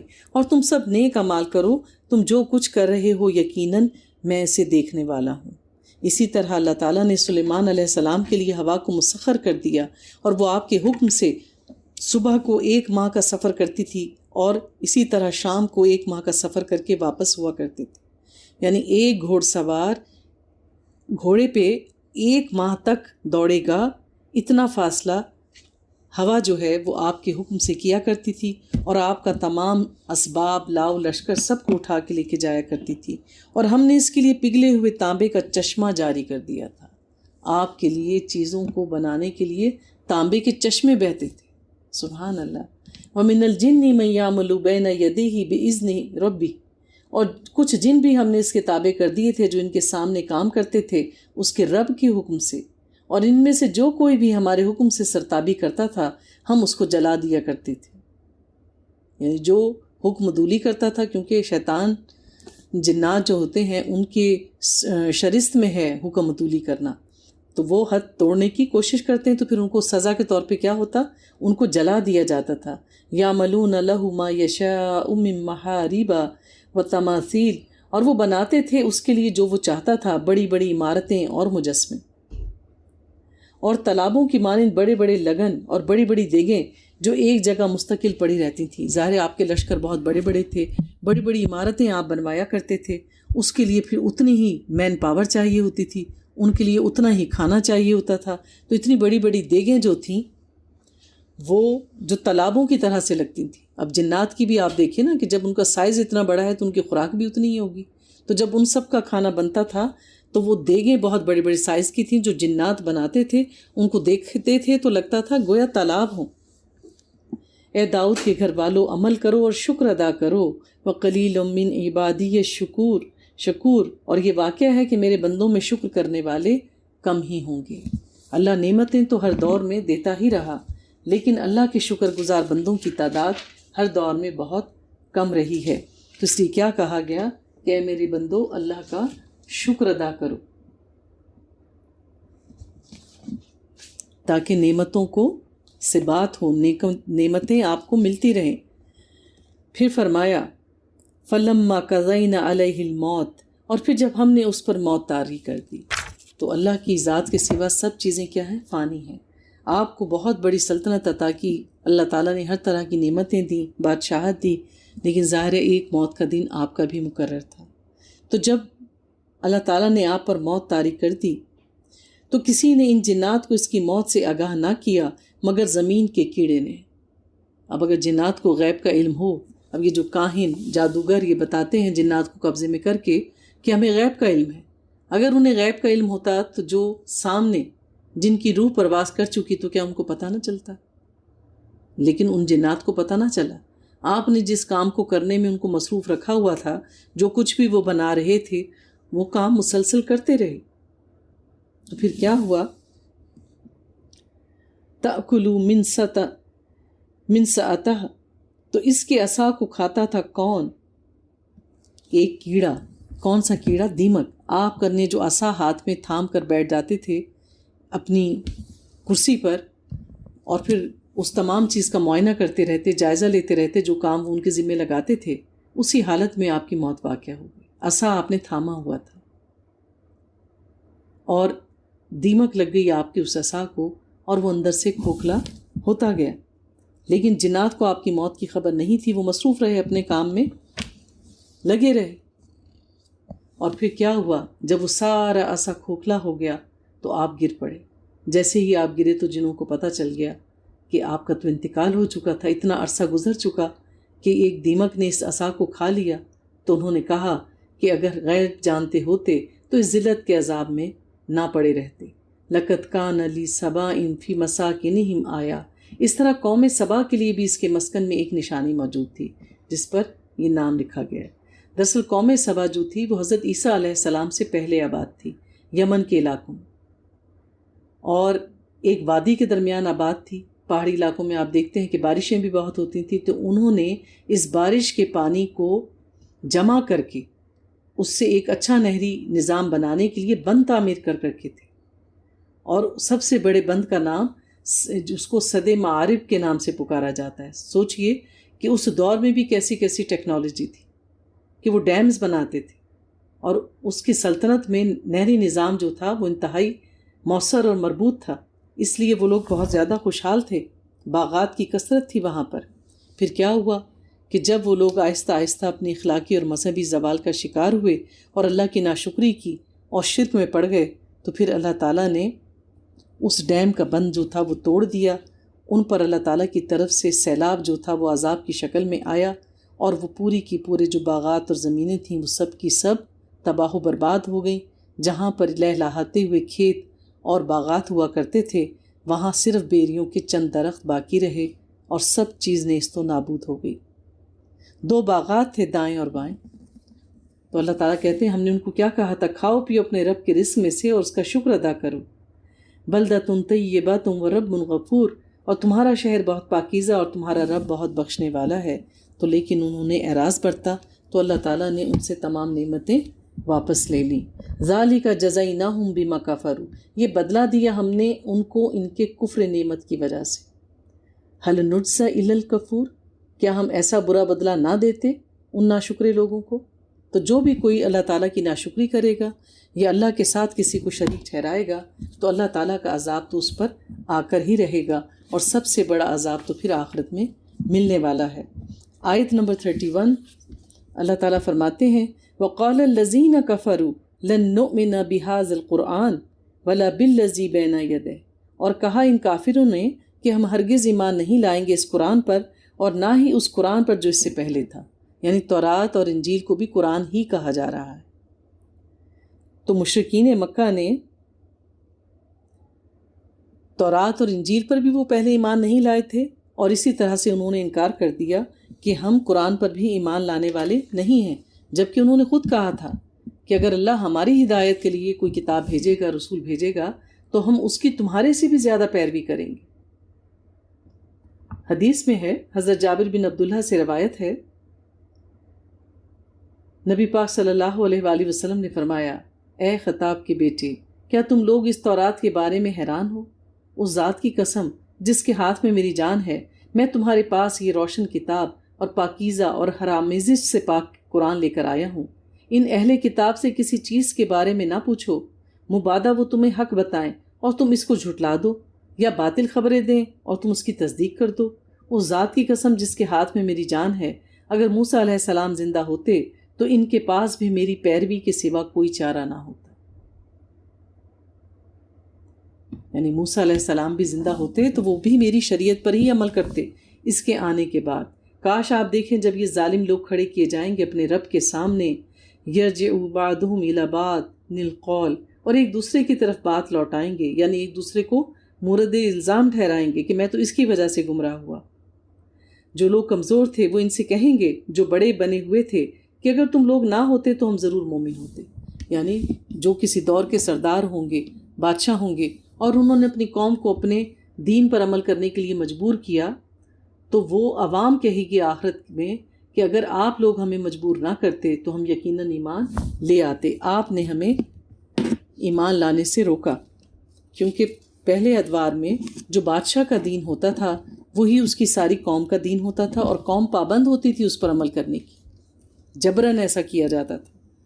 آیت نمبر 40 میں وَيَوْمَ يَحْشُرُهُمْ جَمِيعًا ثُمَّ يَقُولُ لِلْمَلَائِكَةِ أَهَؤُلَاءِ إِيَّاكُمْ كَانُوا يَعْبُدُونَ، اور جس دن وہ جمع کرے گا ان سب کو، پھر فرشتوں سے فرمائے گا کیا یہ لوگ تمہیں پوجا کرتے تھے؟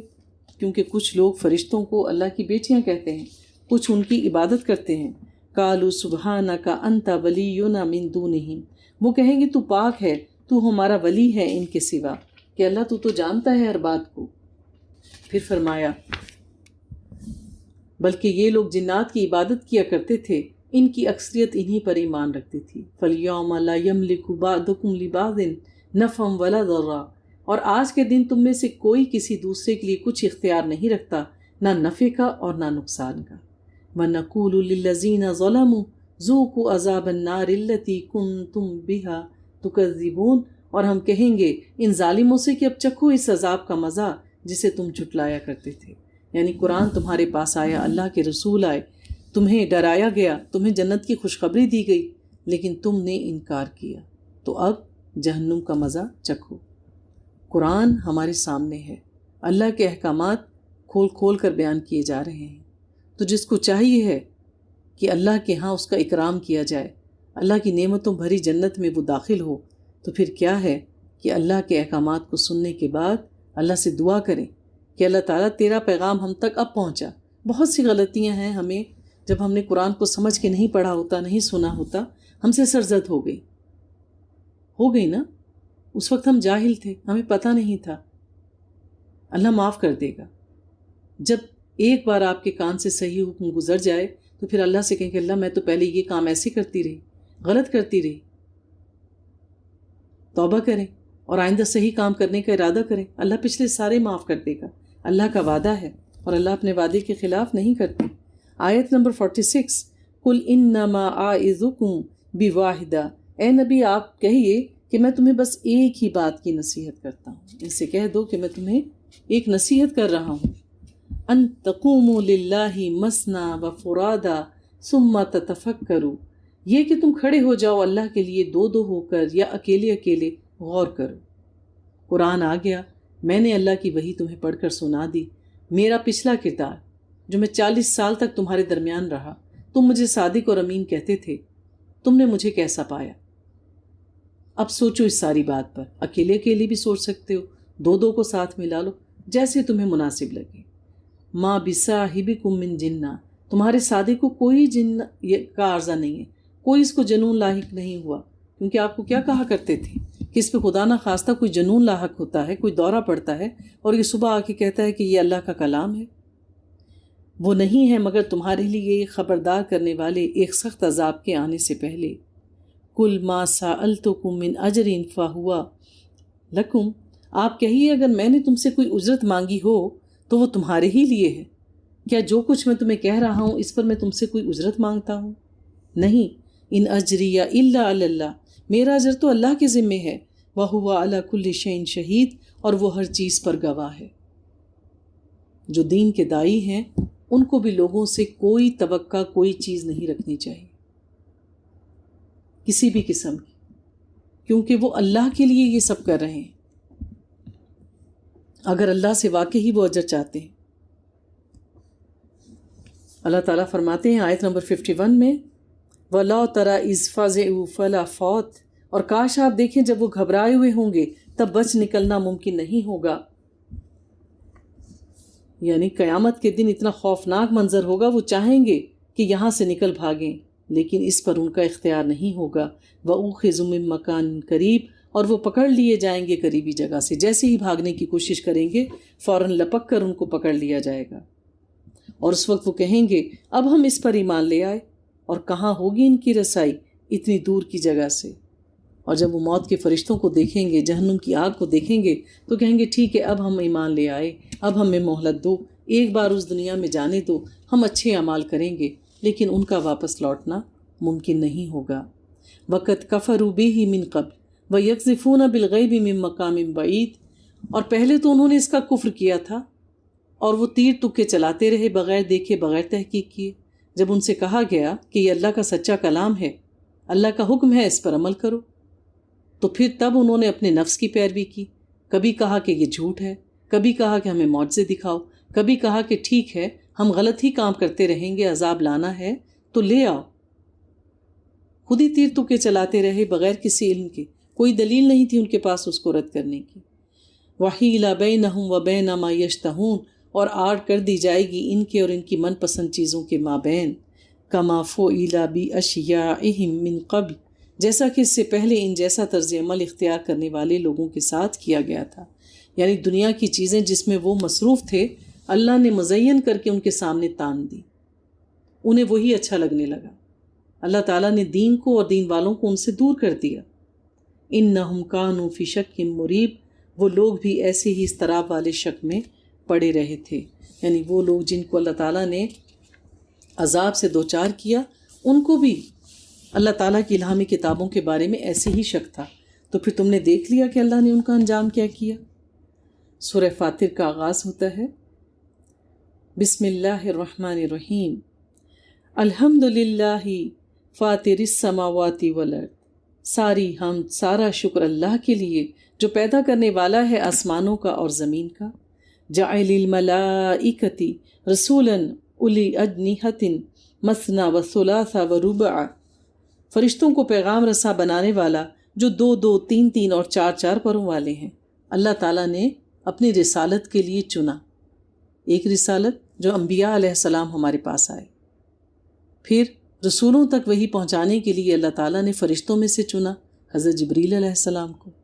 اسی طرح اللہ تعالیٰ نے کسی فرشتے کو 2 پر دیے، کسی کو 3 اور کسی کو 4، اور اسی سے ان کی قوت ہے۔ پھر اللہ فرماتے ہیں یزید فی الخلق ما یشاء ان اللہ علی کل شیء قدیر، اللہ اضافہ کرتا رہتا ہے تخلیق میں جو چاہتا ہے، یقیناً اللہ ہر چیز پر قادر ہے۔ تو اللہ تعالیٰ دنیا میں نئی نئی چیزیں پیدا کرتا رہتا ہے، بہت سی ساری چیزوں کے انکشافات ہوتے ہیں، نئے نئے ستارے بنتے رہتے ہیں، کہکشائیں بنتی رہتی ہیں، اور اللہ ہر چیز پر قدرت رکھتا ہے۔ ما یفتح اللہ للناس من رحمت فلا ممسک لہا، جو رحمت کا دروازہ بھی اللہ لوگوں کے لیے کھول دے تو اسے بند کرنے والا کوئی نہیں۔ تو اللہ تعالیٰ یہاں اشارہ کیا جا رہا ہے نبی پاک صلی اللہ علیہ وآلہ وسلم کی طرف۔ تقریباً 600 سال کا عرصہ تھا حضرت عیسیٰ علیہ السلام اور نبی پاک صلی اللہ علیہ وآلہ وسلم کی بعثت کے درمیان، کہ اللہ تعالیٰ نے بند کیا تھا رسالت کا راستہ، نبی آنا رکے تھے، ورنہ پہلے تو تواتر سے آ رہے تھے بنی اسرائیل میں سے، نبی پاک آئے بعد میں بنی اسماعیل میں سے، تو اللہ تعالیٰ نے چاہا تو اس کو روک دیا سلسلے کو۔ اب اللہ تعالیٰ کہہ رہے ہیں جو رحمت بھی اللہ تعالیٰ کھولنا چاہے تو اس کو بند کرنے والا کوئی نہیں، اس لیے اللہ تعالیٰ نے نبی پاک کے بارے میں کہا وَمَا أَرْسَلْنَاكَ إِلَّا رَحْمَةً لِّلْعَالَمِينَ، اور ہم نے آپ کو تمام جہان والوں کے لیے رحمت بنا کر بھیجا، اور جسے وہ روک لے تو پھر اسے کوئی جاری کرنے والا نہیں، اور جس چیز کو وہ کہے کہ بس اب مزید کوئی سلسلہ نہیں تو پھر کوئی اس کو جاری نہیں کر سکتا۔ یعنی اللہ تعالیٰ نے ایک عرصے کی رکاوٹ کے بعد آپ کو بھیجا، اللہ نے روکا، اس کا عزت۔ اب نبی پاک کو مبعوث کرنے کے بعد کہہ دیا کہ یہ خاتم النبیین ہے، اب اور کوئی نبی نہیں آئے گا، تو ہے کسی کے مجال کہ کوئی اور نبی لے آئے؟ ایسا نہیں ہو سکتا۔ هو العزیز الحکیم، یقیناً وہ زبردست ہے اور حکمت والا ہے۔ تو اللہ تعالیٰ کسی سے پوچھنے کا پابند نہیں، اللہ تعالیٰ کسی کو بتانے کا پابند نہیں، اللہ تعالیٰ خالق کائنات ہے۔ اللہ تعالیٰ فرماتے ہیں آیت نمبر 10 میں مَكَانَ يُرِيدُ الْعِزَّةَ، اور جو کوئی عزت چاہتا ہے، عزت کا طالب ہے، فَلِلَّهِ الْعِزَّةُ جَمِيعًا، تو ساری کی ساری عزت اللہ ہی کے پاس ہے۔ تو جس کو عزت چاہیے ہے وہ اللہ کا قرب حاصل کرے اور اپنے نفس کی قربانی دے، اللہ اس کو عزت عطا کر دے گا۔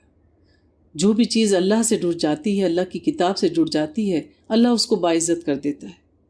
تو جو اللہ کے جتنے قریب ہوگا اللہ تعالیٰ اس کو اتنی ہی زیادہ عزت دیں گے۔ اللہ تعالیٰ فرماتے ہیں الیہ یصعد الکلم الطیب، اور اسی کی طرف اٹھتی ہے اچھی باتیں۔ جو بھی انسان اچھا عمل کرے، اچھا خیال آئے، اچھی بات کرے کسی کو، ہر اچھے عمل، اچھی بات کو اللہ تعالیٰ نے کلمہ طیبہ کہا ہے، اور ہر اچھی بات اوپر اٹھتی ہے۔ پھر فرمایا والعمل الصالح یرفعہ، اور عمل صالح اسے اوپر اٹھاتا ہے۔ کس کو اوپر اٹھاتا ہے؟ انسان کو۔ یعنی زبانی کلامی باتیں جو ہیں وہ انسان کے درجات نہیں بلند کر سکتی۔ اچھی بات کہیں اور پھر اس پر عمل کریں، کلمہ پڑھیں، مومن ہو جائیں، اور پھر مومن ہونے کا ثبوت دیں، تب آپ کو جنت کی منزلوں کو چڑھیں گے۔ تو انسان کی کامیابی کس میں ہے کہ پہلے ایمان لائے اور عمل صالح کرے۔ ایمان تو لے آیا، عمل نہیں کیا، اس سے فائدہ نہیں ہوگا۔ والذین یمکرون السیئات لہم عذاب شدید، اور جو لوگ بری سازشیں کر رہے ہیں ان کے لیے سخت سزا ہوگی۔ ومکر اولئک ھو یبور، اور ان کی سازشیں ناکام ہو کر رہ جائیں گی۔ یعنی مشرکین مکہ جو آئے دن یہ کوشش کیا کرتے تھے کہ ہماری پھوکوں سے دین اسلام کا چراغ بجھ جائے، تو ایسا ہونے والا نہیں تھا۔ وما یستوی البحران، اور دو سمندر ایک جیسے نہیں ہوتے۔ اللہ تعالیٰ نے قرآن میں ہمیں مثالیں دے دے کر باتیں سمجھائی ہیں۔ ھذا عذب فرات سائغ شرابہ وھذا ملح اجاج، یہ میٹھا ہے فرت بخش، اس کا پینا خوشگوار ہے، اور یہ کھاری ہے سخت کڑوا، اور ان سب سے تم کھاتے ہو تازہ گوشت۔ نہری پانی میٹھا ہوتا ہے، ٹھنڈا ہوتا ہے، دریا کا پانی کیسا ہوتا ہے؟ سمندر کا پانی کھارا ہوتا ہے، لیکن ہم مچھلیاں تو ان دونوں سے لیتے ہیں، اور تم دونوں نکالتے ہو، دونوں سے ہی نکالتے ہو زیورات جنہیں تم پہنتے ہو، اور تم دیکھتے ہو کشتیوں کو چلتی ہیں اس کے سینے کو چیرتے ہوئے، تاکہ تم اللہ کا فضل تلاش کرو اور اللہ کا شکر ادا کرو۔ یولج اللیل فی النہار ویولج النہار فی اللیل، اور وہ داخل کرتا ہے رات کو دن میں اور داخل کرتا ہے دن کو رات میں۔ یہ اللہ کی قدرت کی بڑی بڑی نشانیوں میں سے ایک نشانی ہے، اور اس نے مسخر کیا سورج اور چاند کو، اس کے حکم کے خلاف نہیں چلتے۔ کل یجری لاجل مسمى، ہر چیز چل رہی ہے ایک معین وقت تک۔ ذالکم اللہ ربکم لہ الملک، یہ ہے تمہارا رب، وہی بادشاہ ہے تمام جہان کا، اور جنہیں تم پکارتے ہو اس کے سوا وہ ایک ذرہ بر بھی کسی چیز پر اختیار نہیں رکھتے۔ کتنی بڑی بڑی قدرت کی نشانیاں ہیں، اللہ چلا رہا ہے۔ اگر تم اللہ کو چھوڑ کر کسی اور کو پکارتے ہو تو کہہ دو اس کو، جب سورج نکلا ہو کہ اس کو غروب کر دے اور چاند کو دن میں نکال لائے۔ ایسا ہرگز کوئی نہیں کر سکتا۔ پھر فرمایا آیت نمبر 15 میں، یا ایھا الناس انتم الفقراء الی اللہ واللہ ھو الغنی الحمید، اے لوگو تم سب اللہ کے محتاج ہو اور اللہ تو غنی اور حمید ہے۔ تو کیا کہا تھا جب مدینہ میں آیات نازل ہوئیں، کون ہے جو اللہ کی راہ میں خرچ کرے، کون ہے جو اللہ کو قرض حسنہ دے؟ تو کیا مذاق اڑایا تھا منافقین نے، کیا مذاق اڑایا تھا یہود نے کہ لوگ یہ کہتے ہیں کہ مسلمان ہو جاؤ، ان کے اللہ تو خود محتاج ہے، وہ تو ہم سے خود قرض مانگ رہا ہے۔ اللہ فرماتے ہیں کہ تم فقیر ہو، تم اللہ کے محتاج ہو، اللہ کو تمہاری کسی چیز کی ضرورت نہیں، نہ تمہاری عبادت کی، نہ تمہارے صدقات کی، نہ تمہاری قربانیوں کی۔ ہاں تمہیں ہر چیز اللہ سے مانگنی ہے۔ ان یشاء یذہبکم ویأتی بخلق جدید، اور اگر وہ چاہے تو تم سب کے سب کو لے جائے اور ایک نئی مخلوق کو لا کے یہاں پہ آباد کر دے۔ وما ذالک علی اللہ بعزیز، اور یہ کام کرنا اللہ پہ ہرگز بھی بھاری نہیں ہے۔ کتنی دیر لگی پچھلی قوموں کو عذاب آنے میں، چشم زدن میں ایک چیخ آئی، سب کے سب ختم ہو گئے۔ یہ نہیں کہ وہ پہلے تڑپے سسکے پھر ان کو موت آئی، ایک دم سانس گھٹ گیا، مر گئے، لمحہ بھی نہیں لگا۔ اور اللہ کو دوبارہ ایسا کرنا ذرا بھی مشکل نہیں، اور کوئی جان نہیں اٹھائے گی کسی دوسری جان کا بوجھ، اور اگر بوجھ تلے دبی کوئی جان کسی کو پکارے گی اپنے بوجھ کو ہٹانے کے لیے تو کوئی بھی نہیں اٹھائے گا، اگرچہ اس میں کوئی اس کی قرابت دار ہی کیوں نہ ہو۔ جب قیامت کے دن ہر شخص اپنے گناہوں کا بوجھ خود اٹھائے ہوئے ہوگا اور کوئی عزیز و اقارب پاس سے گزرے گا اور وہ کہے گا کہ ذرا تھوڑی دیر میرا بوجھ اٹھا لو، میں تھوڑا سا سستا لوں، مجھے ذرا سانس آ جائے، تو وہ اس کا یہ بوجھ نہیں بانٹے گا، چند لمحوں کے لیے بھی نہیں بانٹے گا۔ وَمَن تَزَكَّىٰ فَإِنَّمَا يَتَزَكَّىٰ لِنَفْسِهِ، تو جو کوئی بھی پاکیزگی اختیار کرتا ہے تو وہ اپنے ہی بھلے کے لیے کرتا ہے۔ وَإِلَى اللَّهِ الْمَصِيرُ، اور اسی کی طرف لوٹنا ہے۔ پھر آیت نمبر 19 میں اللہ فرماتے ہیں وَمَا يَسْتَوِي الْأَعْمَىٰ وَلَا وَالْبَصِيرُ، اور برابر نہیں ہو سکتے اندھا اور دیکھنے والے، وَلَا الظُّلُمَاتُ وَلَا النُّورُ، نہ اندھیرا اور نہ روشنی، وَلَا الظِّلُّ وَلَا الْحَرُورُ، اور نہ سایہ اور نہ دھوپ، وَمَا يَسْتَوِي الْأَحْيَاءُ وَلَا الْأَمْوَاتُ، اور نہ برابر ہو سکتے ہیں زندہ اور مردہ۔ کتنی مثالیں دے دی، نہ اندھا اور دیکھنے والا برابر ہو سکتا ہے، نہ اندھیرا اور روشنی برابر ہو سکتی ہے، نہ سایہ اور دھوپ برابر ہو سکتا ہے، اور نہ مردہ اور زندہ برابر ہو سکتے ہیں۔ تو وہ لوگ جو دین، کیا کیا مثال ہے؟ وہ اندھا ہے جس نے دین کو دیکھا، روشن آیات کو دیکھا، پھر بھی عمل نہ کیا، بے شک اس کی آنکھیں ہوں۔ اسی طرح کفر اور ایمان، اللہ کا دین برابر نہیں ہو سکتے، اس کو ظلمت اور اندھیرا کہا گیا۔ ظل ولا حرور، نہ سایہ اور نہ دھوپ، ہر طرح کا شرک دھوپ ہے، برا عمل دھوپ ہے، تمازت دیتا ہے، اور ہر نیکی سایہ ہے۔ اسی طرح احیا ولا موت، زندہ اور مردہ، جس کے دل میں ایمان ہے اس کا دل زندہ ہے، اس کی روح زندہ ہے، اور جن کے دل میں ایمان کی روشنی نہیں ہے وہ جسم لے کے زمین پر چل تو رہے ہیں لیکن اللہ کی نظر میں وہ مردہ ہیں۔ جیسے ابو جہل زندہ تھا، اچھی خاصی اس کی زندگی تھی، لیکن اللہ کی نظر میں وہ مردہ تھا۔ ان اللہ یسمع من یشاء، اور یقیناً اللہ سناتا ہے جس کو چاہتا ہے۔ وما انت بمسمع من فی القبور، اور اے نبی آپ نہیں سنا سکتے ان کو جو اپنی قبروں کے اندر ہیں۔ تو لہٰذا یہ جسم ان کی قبریں بن چکے ہیں، اس کے اندر ان کی مردہ روحیں دفن ہیں، آپ ان کو نہیں سنا سکتے۔ اللہ ان کو جس کو سنانا چاہتا ہے ان کو سنا دیتا ہے۔ تو لہٰذا اگر نبی پاک سے کہا جا رہا ہے آپ غم نہ کریں، آپ اپنا دل چھوٹا نہ کریں، اللہ کے دین پر وہی عمل کریں گے جو نیکی پر ہوں گے، کیونکہ اللہ نے فرما دیا ان انت الا نذیر، آپ نہیں ہیں مگر صرف خبردار کرنے والے۔ تو آپ کا کام ہے اللہ کا پیغام پہنچا دینا پورا، اور آپ کسی پہ دروغہ نہیں ہیں، اور نہ کسی انسان کی زبان میں اللہ تعالیٰ نے وہ تاثیر رکھی ہے کہ وہ کہہ کے کسی کو دین اسلام پر لے آئے، نہیں۔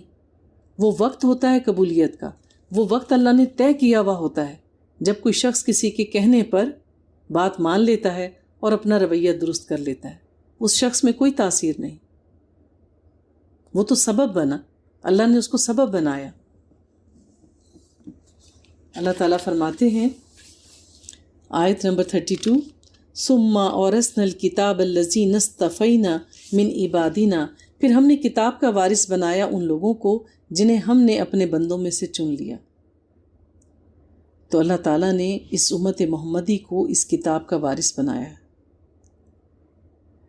اللہ تعالیٰ فرماتے ہیں قرآن میں سورۃ الحج میں، وَجَاهِدُوا فِي اللَّهِ حَقَّ جِهَادِهِ هُوَ اجْتَبَاكُمْ، اور جہاد کرو اللہ کے لیے جیسے کہ جہاد کا حق ہے، اس نے تمہیں چن لیا۔ نبی پاک کو کیا کہتے ہیں؟ مصطفیٰ، چنا ہوا۔ اللہ نے ان کو چنا دنیا کی امامت کے لیے، خاتم النبیین کے طور پہ، اپنے محبوب کے طور پہ۔ فَمِنْهُمْ ظَالِمٌ لِنَفْسِهِ، تو ان میں سے کچھ ہیں جو اپنی جانوں پر ظلم کرنے والے۔ اللہ کا دین آ گیا، اللہ نے اس امت کو چن لیا، جیسے پہلے بنی اسرائیل کو چنا تھا، لیکن انہوں نے کیا کیا؟ انہوں نے اللہ کے دین کو اپنی پیٹھ کے پیچھے ڈال دیا۔ انہوں نے نہ صرف اس کا انکار کیا، وہ نہ صرف خود غفلت میں پڑ گئے، بلکہ وہ جو امامت کا کام اللہ تعالیٰ نے ان کو سونپا تھا کہ تم اللہ کے دین کا پرچار کرو گے، انہوں نے اس پر بھی عمل نہیں کیا۔ تو پھر کیا ہوا؟ اللہ نے بنی اسرائیل سے امامت لے کے بنی اسماعیل کو دے دی، نبی پاک صلی اللہ علیہ وآلہ وسلم کی امت کو دے دی۔ تو اللہ تعالیٰ کہہ رہے ہیں اس امت میں بھی کچھ لوگ ایسے ہوں گے۔ کیسے کیسے؟ وہ اقسام بتائے ہیں، فَمِنْهُمْ ظَالِمٌ لِنَفْسِهِ، اس میں کچھ لوگ ایسے ہوں گے جو اپنی جانوں پر ظلم کریں گے، یعنی نبی پاک کی کتاب کو مانیں گے، نبی پاک کو مانیں گے لیکن عمل نہیں کریں گے۔ وَمِنْهُمْ مُقْتَصِدٌ، ان میں سے کچھ درمیانی راہ پہ چلنے والے ہوں گے کہ کچھ باتوں پر عمل کر لیا اور کچھ پر عمل نہ کیا، یعنی وہ نیکیاں بھی کریں گے اور ان سے گناہ بھی سرزد ہوں گے۔ وَمِنْهُمْ سَابِقٌ بِالْخَيْرَاتِ بِإِذْنِ اللَّهِ، ہاں ان میں کچھ لوگ ایسے بھی ہوں گے جو نیکیوں میں سبقت لے جانے والے ہوں گے۔ ذَلِكَ هُوَ الْفَضْلُ الْكَبِيرُ، اور یہی بہت بڑی فضیلت ہوگی۔ اور پھر اللہ فرماتے ہیں جنات عدن يدخلونها، اور باغات ہوں گے جس میں وہ ہمیشہ ہمیشہ رہیں گے، اس میں انہیں پہنائے جائیں گے سونے کے کنگن اور موتی، اور ان کا لباس ریشم کا ہوگا۔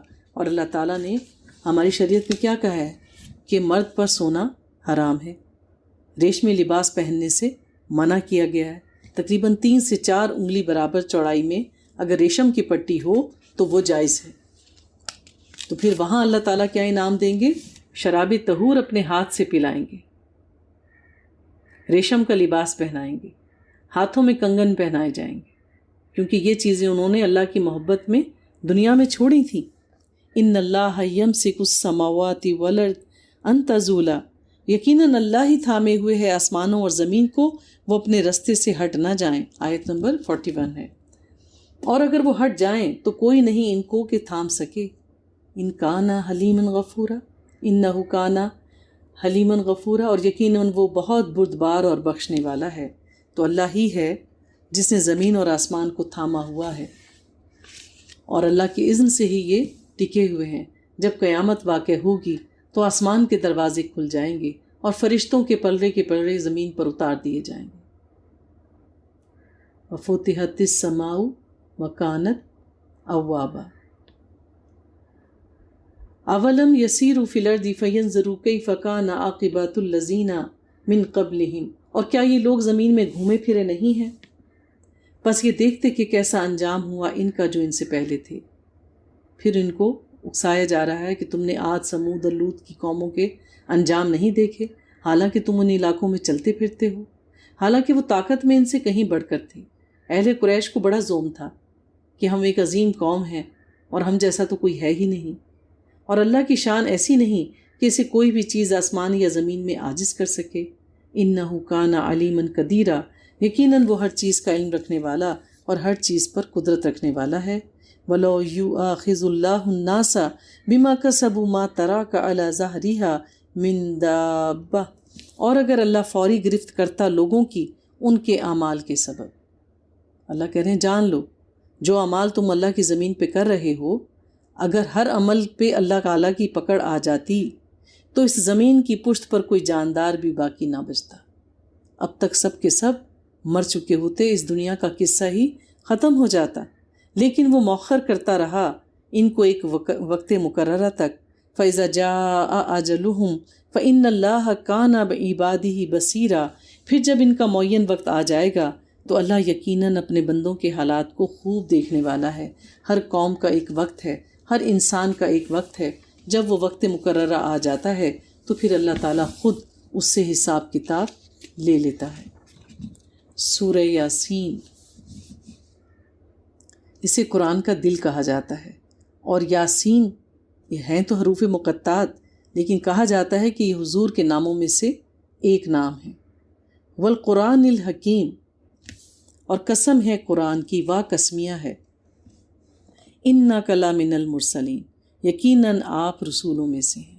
یعنی لوگ جو انکار پر انکار کیے چلے جا رہے ہیں کہ آپ اللہ تعالیٰ کی طرف سے بھیجے ہوئے رسول نہیں ہیں، یہ آپ کی نبوت پر شک کر رہے ہیں، تو ان سے کہہ دیجئے کہ میں اللہ تعالیٰ کی طرف سے بھیجا ہوا سچا رسول ہوں، اور اللہ تعالیٰ نے مجھے تمہاری ہدایت کے لیے بھیجا ہے۔ اور قسم کس کی کھائی جا رہی ہے؟ قرآن کی۔ یہ بہت باعث عظمت صورت ہے، اس کا زبانی یاد کرنا بہت باعث خیر و برکت ہے۔ کوشش کریں کہ اس کو تھوڑا تھوڑا کر کے یاد کریں۔ اللہ تعالیٰ ہم سب کو توفیق دے اس کو یاد کرنے کی۔ علی صراط مستقیم، سیدھے راستے پر ہیں۔ تنزیل العزیز الرحیم، یہ قرآن کا نازل کیا جانا اس ہستی کی جانب سے ہے جو بہت زبردست اور نہایت رحم کرنے والا ہے۔ یعنی یہ اللہ رب العزت نے نازل کی ہے، اور اللہ کیا ہے؟ وہ زبردست ہے، رحم فرمانے والا ہے۔ یعنی قرآن تمہارے لیے رحمت کا ذریعہ ہے، اور رحمت کو اللہ تعالیٰ کیا کہتے ہیں؟ وہ میری جنت ہے۔ اللہ رحیم ہے، اس کی رحمت ہمیشہ کے لیے ہوئے ہے مومنین کے لیے، تاکہ آپ خبردار کر دیں اس قوم کو جن کے آباء و اجداد کو خبردار نہیں کیا گیا، بس وہ غفلت میں پڑے ہوئے ہیں۔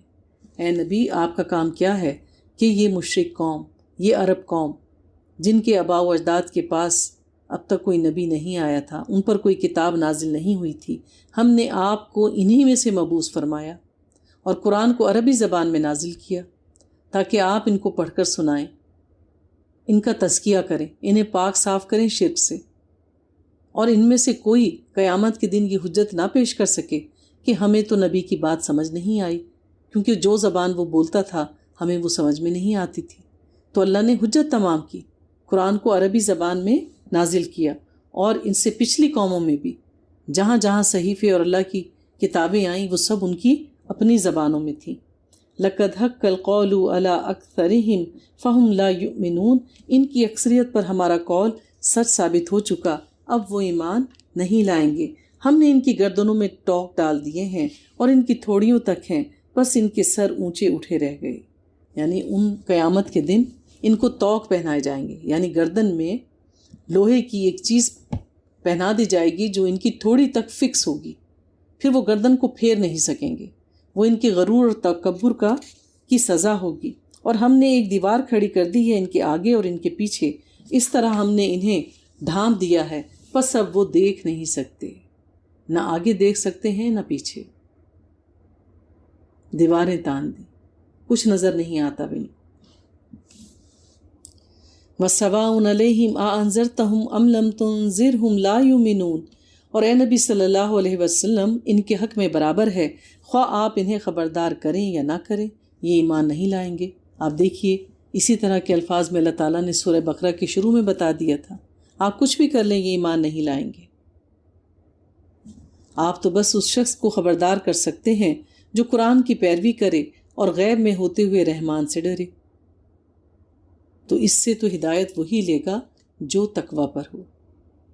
اللہ نظر نہیں آ رہا لیکن پھر بھی وہ اللہ سے ڈرے، جب کوئی اس کو نہ دیکھ رہا ہو وہ تب بھی یہ محسوس کرے کہ میرا رب مجھے دیکھ رہا ہے۔ فَبَشِّرْهُ بِمَغْفِرَةٍ وَأَجْرٍ کریم، تو ایسے لوگوں کو آپ خوشخبری دے دیجیے مغفرت اور باعزت اجر کی۔ إِنَّا نَحْنُ نُحْيِي الْمَوْتَىٰ وَنَكْتُبُ مَا قَدَّمُوا وَآثَارَهُمْ، یقیناً ہم ہی زندہ کریں گے مردوں کو، اور ہم لکھ رہے ہیں جو کچھ انہوں نے آگے بھیجا اور جو اثرات وہ اپنے پیچھے چھوڑ چکے ہیں۔ تو جو کچھ انسان عمل کر رہا ہے اللہ تعالیٰ کے فرشتے اس کو لکھ رہے ہیں۔ پھر کچھ تو اعمال ہیں جو انسان عمل کرتا ہے، ایک ہے کہ آپ نے پریکٹیکلی اس کے ساتھ کچھ نہیں کیا لیکن اس نے آپ کا اثر لے لیا۔ اس کی ایک مثال دوں کہ کوئی خاتون ہے، انہوں نے ایسا لباس پہنا ہوا ہے جس سے ان کا جسم جو ہے وہ عریاں ہوتا ہے۔ اب اگر کوئی بچی یا بچہ ایسا لباس دیکھے، اس سے موٹیویٹ ہو جائے اور کہے کہ میں نے بھی ایسا ہی پہننا ہے، تو کیا ہوا؟ اس عورت نے تو نہیں کہا کہ تم ایسا لباس پہنو، اس نے کچھ اس کو پہنایا تو نہیں، اس نے اس پر کوئی گفتگو تو نہیں کی، اس کو قائل تو نہیں کیا نا، پریکٹیکلی تو کچھ بھی نہیں کیا، لیکن کیا ہوا؟ دیکھنے سے اس نے اس کا اثر لیا۔ تو کچھ چیزوں میں ہمارے اثرات بھی لکھے جائیں گے۔ ایسی برائی جو کسی نے دیکھ کے سیکھی اور اس پر عمل کیا اور وہ چلتی رہی، تو جب تک وہ برائی چلتی رہے گی اس کا حصہ اس کی برائی میں ڈالا جاتا رہے گا۔ اسی طرح آپ نے کسی کو پریکٹیکلی کوئی اچھا کام نہیں سکھایا، کوئی دین کی بات نہیں سکھائی یا بتائی، لیکن آپ کی نیکی کو دیکھ کے کوئی موٹیویٹ ہوا، اس نے وہ بات سیکھی، اس پر عمل کیا، تو کیا ہوا؟ اس نے آپ سے اثر لیا۔ وہ جب تک نیکی کرتا رہے گا آپ کے نامہ اعمال میں نیکیاں جاتی رہیں گی حتیٰ کہ قیامت واقع ہو جائے گی۔ تو اللہ تعالیٰ فرماتے ہیں ہمیں کیا کرنا چاہیے؟ پھر ہمیں یہ دیکھنا چاہیے، عمل پر بھی نظر رکھنی چاہیے ہر طرح سے۔ انما الاعمال بالنیات۔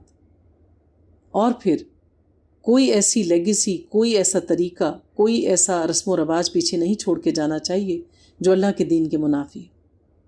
جیسے لوگوں سے ہم کہتے ہیں نا کہ یہ آپ چہلم نہ کریں اس طرح سے، یا 10ویں یا 20ویں، یا شادی بیاہ کی جو رسمیں ہیں کہ یہ ہندوانہ رسمیں ہیں اور ان سے بچیں، تو وہ کیا کہتے ہیں ہمارے گھروں میں تو یہ سب کچھ ہمیشہ سے ہوتا ہے، ہماری تو نانی نے بھی یہ کیا، ہماری دادی نے بھی یہ کیا، ان سے پچھلے لوگ بھی ایسے ہی کرتے تھے، تو ہمارے ہاں تو اب یہ کام ایسے ہی ہوتے ہیں۔